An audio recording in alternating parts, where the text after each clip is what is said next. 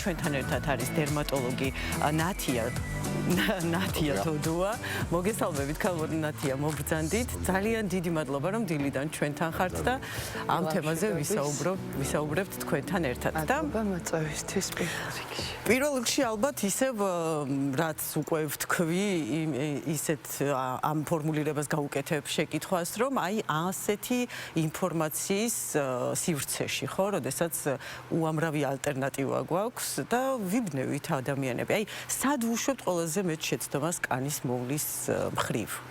კიდევ ერთხელ მოგესალმებით, მიესალმებით თქვენ მაყურებელს. რაც შეეხება კანის მოვლას, ძალიან გვიყვარს ჩვენ გართულება.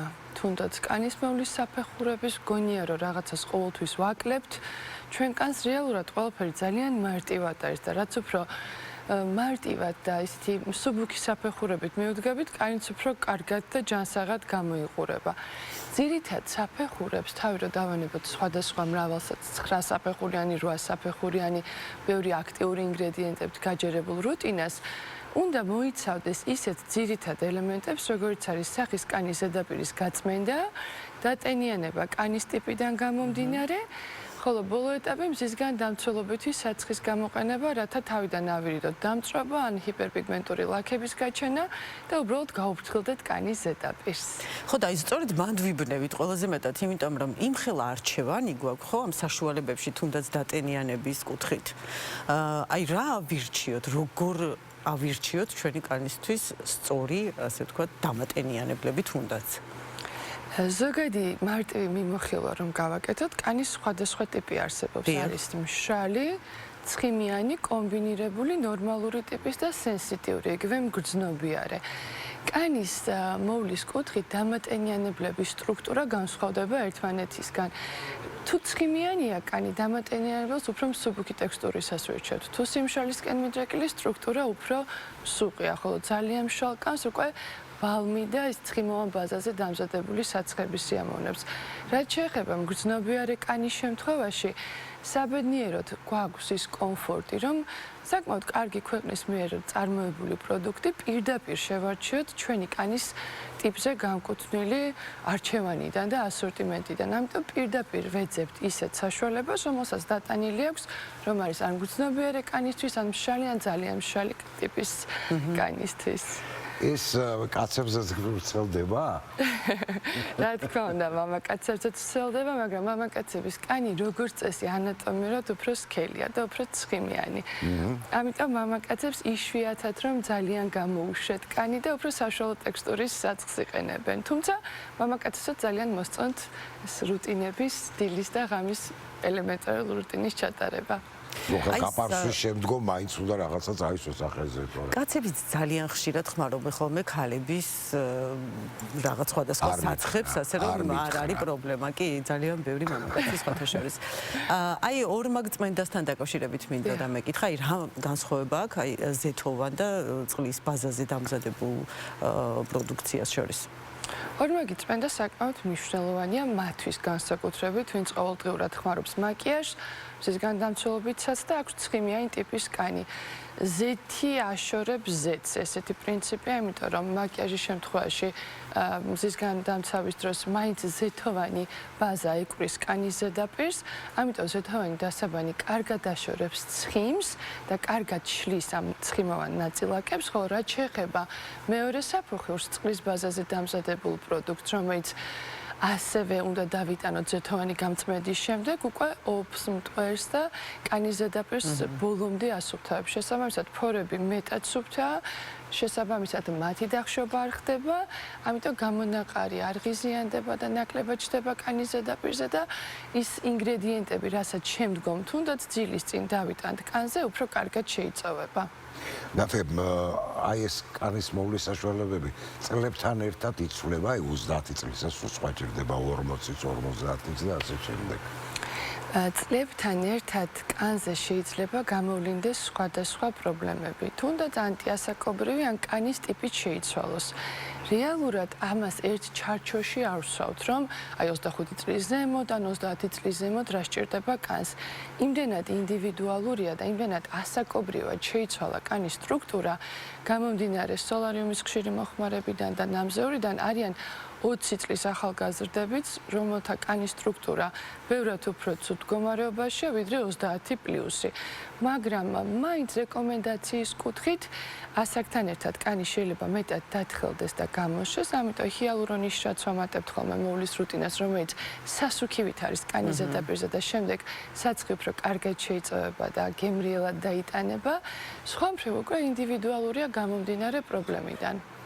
ტელეჟურნალისტების და ტელეწამყვანების ერთ-ერთი პრობლემა, როგორც ახლა აღმოვაჩინეთ და დღეს მითხრეს ჩვენ მაგრებიორებმა, ძალიან ხშირად არის გრიმის ხშირი ხმარება, ყოველდღიური ხმარება.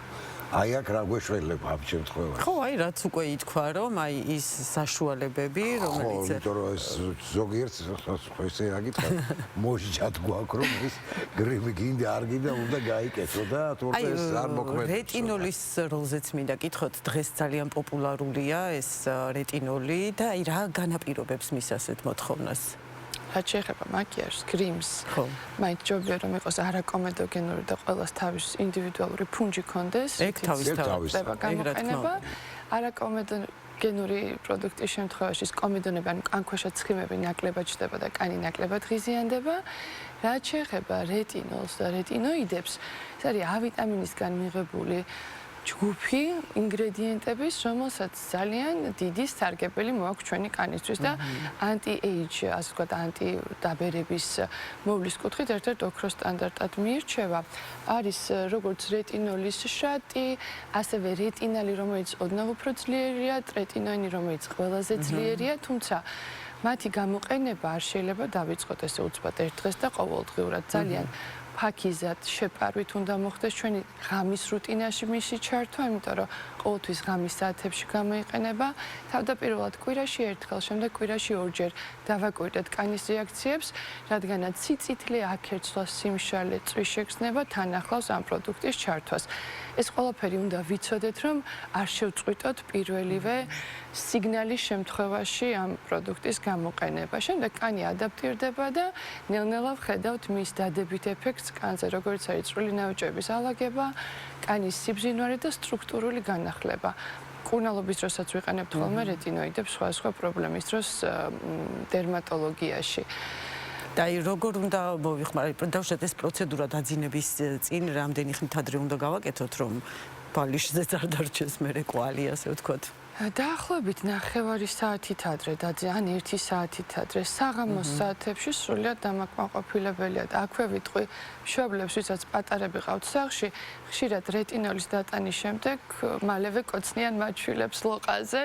ამიტომ ხშირად არის ბავშვებში კანის გაღიზიანება და ყოველთვის ვაფრთხილებ ხოლმე დედებს, რომ მალე არ შეეხონ ბავშვის კანს. ეს ძალიან კარგი რჩევა მოგვეცით სხვათა შორის არაჩვეულებრივ. პეპტიდებთან დაკავშირებით უნდა გითხოთ, ეს რამე კომერციული ტრიუკია თუ აი თქვენი აზრით?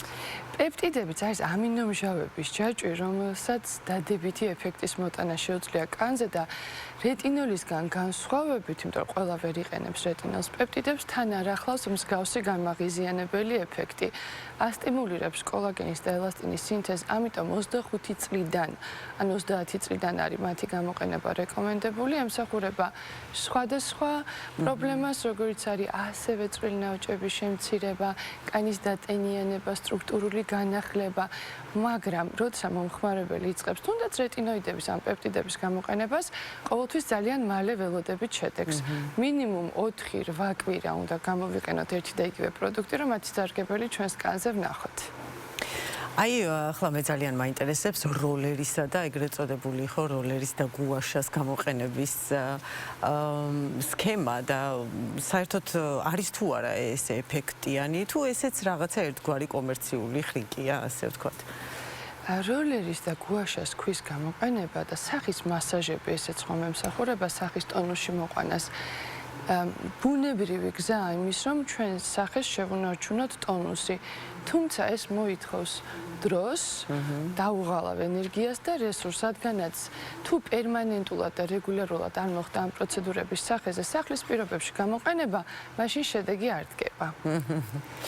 ერთი ესეთი შეკითხვა, მე და დალი საუბრობდით თქვენ შემოსვლამდე. ჩვენი ბავშვობიდან მოყოლებული ერთ-ერთი საინტერესო კაზმულობა ქალბატონების სახელის იყო კიტრის ნაფსქვენები.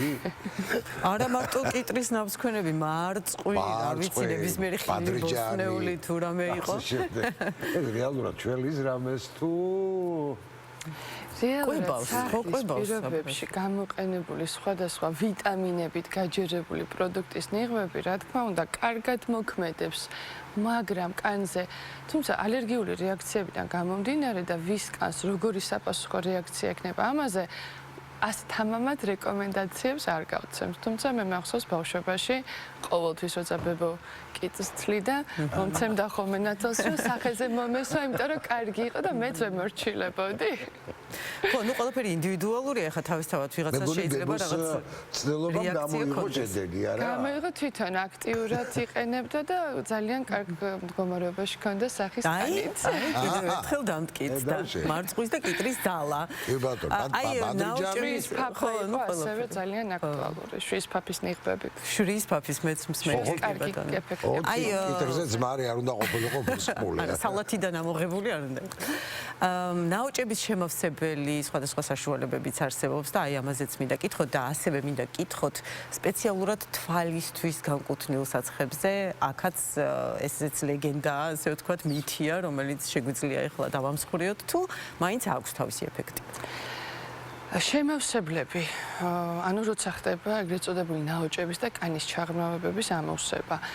უფრო მარკეტინგული ხრიკია, როცა საცხს აწერია, რომ ეს არის შემავსებელი, იმიტომ რომ ხშირ შემთხვევაში შეიცავს სილიკონს, ან ისეთ ინგრედიენტებს, რომელიც დროებით ავსებს. ამიტომ ჩვენ თუ გვინდა სწრაფი ეფექტი და კონკრეტულად ამ საღამოსთვის ან მომდევნო დღეებისთვის გვჭირდება, რომ ჩვენ კანის ზედაპირზე არსებული წვრილი ნაოჭები დავფაროთ, ამ შემთხვევაში გამართლებულია. თუმცა ამას არ აქვს ძელვადიანი ეფექტი და რა თქმა უნდა, ეგრეთ წოდებულ ფილერებს, შემავსებლებს ვერ ჩაანაცვლებს.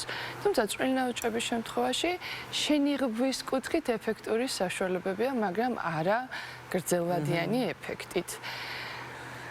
და თვალის თვალისხმებთან მიმართებაში თვალის გარშემო კანი არის ყველაზე თხელი. იმიტომ რომ ცხიმოვანი ქსოვილი არის ყველაზე ნაკლებად გამოხატული. შესაბამისად, სტრუქტურულად და ინგრედიენტების კუთხით ძალიან ნაზი საშუალება უნდა იყოს, რომ არ გამოიწვიოს მისი გაღიზიანება.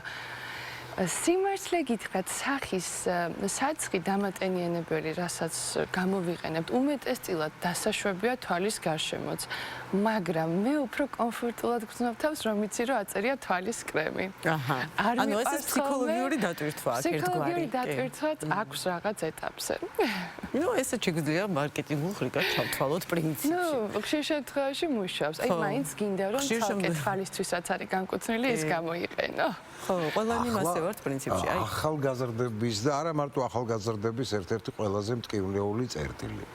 აკნე. ო, აკნე. ოდეთ ვისაუბროთ აკნეზე. აკნე საკმაოდ და ერთ-ერთი ყველაზე გავრცელებული პრობლემა არის ქრონიკული ანთებადი დაავადება კანის, რასაც იწვევს ცხიმის ჭარბად გამომუშავება. ცხიმის გამომტარი სადინარი ვეღარ იცლება ცხიმისგან, ფორები იბლოკება, ცხიმი გროვდება კანქვეშ, მიდის ანთება, მრავლდება ბაქტერია და კანზე გამოხატული არის ისეთი ანთებადი ელემენტები, როგორც სამედიცინო ენაზე ჩვენ ვეძახით პაპულებს და პუსტულებს, ანუ წითელ და ჩირქოვან ელემენტებს და ღია და დახურული კომედონები, ეგრეთ წოდებული შავი წერტილები და ესეთი თეთრი ბურთები, რომელიც კანქვეშ არის ჩაწიკწიკებული. აკნესთან მე ყოველთვის ვცდილობ, რომ არავის არ შევუქმნა ცრუ მოლოდინები და არ იყოს, რომ აი ერთხელ რაღაც უნივერსალური წამალი არსებობს, ერთხელ დავლევთ და მორჩა, ან წავისვათ და მორჩა.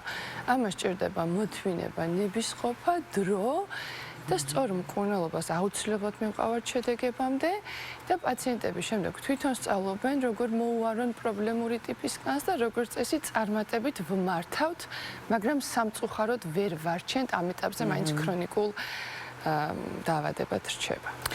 ნუ აკნეს შემთხვევაში აი რამდენად არის ეს დაკავშირებული კვებასთან? ნუ ალბათ უშუალოდ ძალიან აქტიურ კავშირში იქნება სწორკვებასთან, ხო და აკნესთან მიმართებაში ჯერჯერობით საკმარისი კვლევები და ეგრეთ წოდებული ევიდენსი არ არსებობს, რომ ჩვენ თამამად ვისაუბროთ კვებაზე. ამიტომ გამომდინარე ლოგიკური მსჯელობიდან, რომ პაციენტებს ვაფრთხილებთ, რომ ტკბილის მიღებისას ინსულინის დონე იმატებს, შესაბამისად ანთებადი კერები თუ სვადმე ეს არ ეხება მხოლოდ აკნეს. სხვა ანთებითი კანის დაავადებების შემთხვევაშიც მეტად ღვივდება და ღიზიანდება. აი ნახშირწყლების მინიმუმამდე დაყვანაც თუ არის. სწრაფი ნახშირწყლები ზოგჯერ აღიზიანებს. ასევე რძის პროდუქტებს უნდა დავაკვირდეთ. მაინც ინდივიდუალურობამდე დავდივართ, მაგრამ ტკბილეული, თხილეული, ცხარე, არეჯანსაღის საკვები აღიზიანებს აკნეს და ჩვენ ვაფრთხილებთ, შემდეგ პაციენტები აკვირდებიან. ასევე უძილობა, ემოციური სტრესი, ხშირ შემთხვევაში აკლიმატიზაცია, ფრენის დროს იცის ხოლმე გამონაყრის გამწვავება, მაგრამ როცა ვიცით როგორ მოვუაროთ, იმიტომ რომ ეს წინასწარ სცენარის გათვლა და პროგნოზი ფაქტიურად შეუძლებელია. ანუ ესეც ინდივიდუალურია, ხო, მიმდინარეობა ამ ინდივიდუალურია, დიახ. შემდეგ უკვე როცა ვიცით როგორ მიხვედოთ და თუ კი ერთ დღეს გავიღვიძეთ და ახალი ელემენტი დაგხვდება, სწრაფად რეაგირების დროს უფრო მალე ხდება მდგომარეობის ალაგება, ვიდრე დაგვიანებული მკურნალობისას. აი აკნეს მძიმე ფორმებისას ხშირია, ხო, რომ ექიმები ნიშნავენ საკმაოდ მძიმე პრეპარატებს. აი თქვენთვის რამდენად მისაღებია ეს? აკნეს აქვს სხვადასხვა ფორმა. მარტივად რომ თქვა, მსუბუქი, საშუალო სიმძიმის და მძიმე. საშუალო სიმძიმეს და მძიმე აკნეს დროს, როცა ის ელემენტები, რაც მე ჩამოვთვალეთ, დამატებით მოიცავს ცისტებს, კისტებს, ნოდულებს, ფაქტიურად პაციენტის ნერვულ სისტემას, დროს და ფინანსებს აზარალებ, როცა მიდიხარ ადგილობრივი თერაპიით, იმიტომ რომ აზრი არ აქვს, არ შეიწოვება და საპასუხო რეაქციაც ნაკლებია. ეს სისტემური იზოტრეტინონი, რაც გამოიყენება მძიმე მკურნალობად ითვლება აკნეს დროს, ახშობს ცხიმოვანი ჯირკვლების ფუნქციას, შედეგად ვიღებთ გასუფთავებულ კანს და ახალი ელემენტები აღარ ჩნდება. თუმცა იზოტრეტინონისაც აქვს დროებითი ეფექტი, მაგრამ დაავადება რამდენ ხანში დაბრუნდება, ეს შეიძლება იყოს 5 თვე, შეიძლება იყოს 5 წელი. თუმცა არ ბრუნდება ისე აგრესიულად, როგორც მკურნალობამდე და შემდეგ ადგილობრივ თერაპიას უკვე აზრი აქვს. ამიტომ კი მივმართავთ იშვიათად და მძიმე შემთხვევებში აკნეს სისტემურ მკურნალობას, როცა ჩვენთვის პრიორიტეტი არის კანის ჯანმრთელობა და მის თანმხლებ გვერდით ეფექტებს უკვე ვცდილობთ, რომ პაციენტთან ხშირი კომუნიკაციით ვმართოთ, ვამოწმოთ ანალიზები, რაც მოწოდებული გვაქვს და ვიზრუნოთ მათ კეთილდღეობაზე. ნატე, ბავშვები ხშირად უყურებთ, ბავშვებიც და მოზარდებიც ამ TikTok-ში დადებულ ინფორმაციებს და გამოიყენებთ. რამდენად საშიშია აი ეს თქვენზე გეკნებათ ალბათ ნანახი TikTok-ის მიერ მოწოდებული პანაცეები. რაც შეეხება სოციალურ ქსელს, მე 9 წლის გოგონა მყავს და მას არ აქვს TikTok-ი და არ აქვს წვდომა სოციალურ ქსელებთან, იმიტომ რომ მგონია, რომ შეიძლება დაამახინჯოს ბავშვის წარმოდგენა, თუნდაც სილამაზის სტანდარტებთან. მათი კანი იმდენად ბუნებრივი სილამაზით გამორჩეულია და ბევრად უფრო მგრძნობიარე ვიდრე მოსდილების კანი, გონიათ, რომ ამა თუ იმ საწყს, ბლაშს, ჰაილაითერს, სხვადასხვა ტონერებს თუ გამოიყენებენ, ბევრად უფრო ლამაზები იქნებიან, ვიდრე რეალურად არიან. და შემდეგ მათი აღქმა ფსიქოლოგიურად იცვლება და სარკეში რო იყურებიან, თავიანთ თავი აღარ მოსწონთ. ამიტომ ვთვლი, რომ პატარა ასაკში ბავშვებს არ უნდა ქონდეს ცდომა და ვერ ექნება თუ ეს მშობელმა არ დაუშვა. ამიტომ ჩემს გარშემო ბევრი აკონტროლებს ამას, სპეციალური აპლიკაციებიც არის, რომ ნახონ ბავშვი რას ეცნობა და რას არა, იმიტომ რომ უწყინარი მულტფილმები, ასე ვთქვათ, ყოველთვის დასაშვებია, თუმცა ამ სტანდარტებით მე შემხედრია 10-11 წლის ბავშვები როგორ აკეთებენ ეგრეთ წოდებულ unboxing-ს, პარფიუმერიისას, შემდეგ ხდება მათი დატანა და საფეხურეობრივად დაყოფა და ახსნა საზოგადოებისთვის. ეგ გული მტკივა ხოლმე, რაღაც ჩემთვის ძალიან როგორც ექიმისთვის მიუღებელია და პაციენტებს თუ კი ამასაკობრივ ჯგუფთან აქვს შეხება, ყოველთვის ძალიან მეგობრულად ვესაუბრები და ვცდილობ აუხსნა და ვაჩვენო, რა შედეგები შეიძლება მოყვეს ამას. კანის გაღიზიანება და შემდეგ სამომავლოდ ხშირი პრობლემების ქონა ამ კუთხით.